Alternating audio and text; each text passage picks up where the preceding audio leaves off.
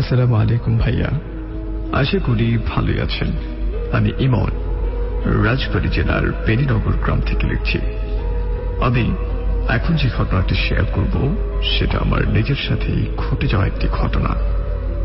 ঘটনাটি ঘটে আজ থেকে প্রায় 2 বছর আগে। আমাদের গ্রাম থেকে 20 মিনিট দূরে ঠাকুরবাড়ির পাশে একটা শ্মশান ঘাট আছে। তার ঠিক পাশেই একটা পুকুর আছে। মূল ঘটনায় যাওয়া যাক। ঠাকুরবাড়ির সেই পুকুরে অনেক আগে থেকেই মাছ চাষ করা হয়। একটা কথা বলে রাখা ভালো যে আমরা সেখানে রাতে চুরি করে বড়শি দিয়ে মাছ ধরতাম, কারণ দিনের বেলায় অনেক মানুষ থাকার কারণে সেখানে মাছ ধরা যেত না। একদিন রাত 10টার সময় আমি একাই ঠাকুরবাড়ির পুকুরে বড়শি হাতে নিয়ে এবং আরেকটা লাইট নিয়ে মাছ ধরার জন্য রওনা হলাম। একটা কথা বলে রাখা ভালো, সেই পুকুরে যেতে হলে প্রথমে একটা কবরস্থান ক্রস করতে হয়, তারপর শ্মশান ঘাটের সাথে সেই পুকুরটা। যথারীতি আমি 20 মিনিটের মধ্যেই পুকুরে পৌঁছে যাই। পুকুরের সাথে একটা আম গাছ আছে। আমি সেই আম গাছের নিচে বসে পুকুরে বড়শি ফেললাম। কিছুক্ষণ পর বড়শিতে টান অনুভব করলাম। বড়শি উপরে টান দিতেই বড় একটা তেলাপিয়া মাছ বড়শির সাথে উঠে এলো। এরকম 5টা তেলাপিয়া মাছ আমি বড়শি দিয়ে উঠালাম আর একটা ব্যাগে রাখলাম। কিছুক্ষণ পর আরেকটা মাছ উঠালাম।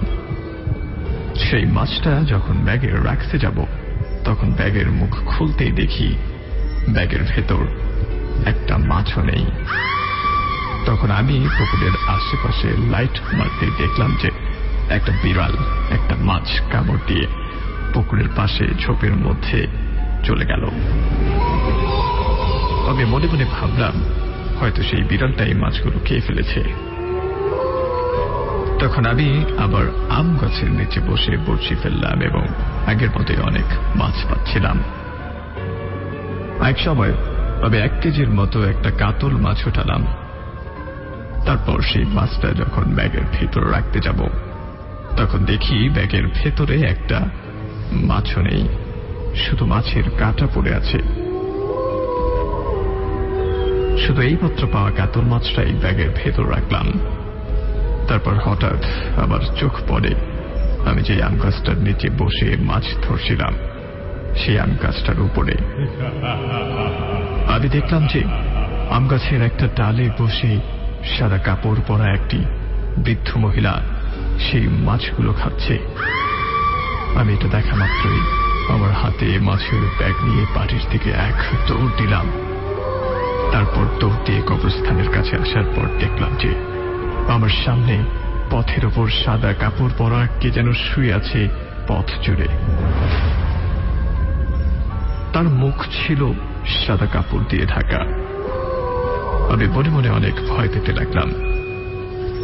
তারপর যখন আমি সেই সাদা কাপড় পরা জিনিসটা ক্রস করতে যাব তখন সেই জিনিসটা আমাকে টেনে ধরে আর বলে, তোর ব্যাগে একটা কাতল মাছ আছে, মাছটা আমাকে দিয়ে যা। আমি কোনো চিন্তা না করে মাছের ব্যাগ ফেলে দিয়ে তার কাছ থেকে কোন রকম ছুটে গিয়ে বাড়িতে এসে অজ্ঞান হয়ে যাই। জ্ঞান ফেরার পর আমার 7 দিন জ্বর থাকে। তারপর ডাক্তারের চিকিৎসায় আমি সুস্থ হয়ে যাই।